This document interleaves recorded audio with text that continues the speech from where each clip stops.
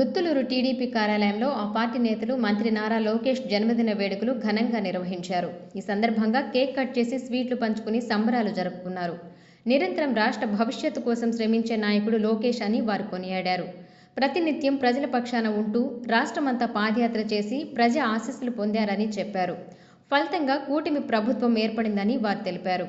ఈ కార్యక్రమంలో మాజీ ఎంపీపీ రవీంద్రబాబు, టీడీపీ మాజీ మండల కన్వీనర్ హనుమంత్ నాయుడు, మాజీ ఎంపీటీసీ సభ్యులు వెంకటేశ్వర్లు, మండల టీడీపీ నాయకులు సుబ్బారెడ్డి, వెంకటేశ్వర్లు, కొండారెడ్డి, మధు, కార్యకర్తలు పాల్గొన్నారు.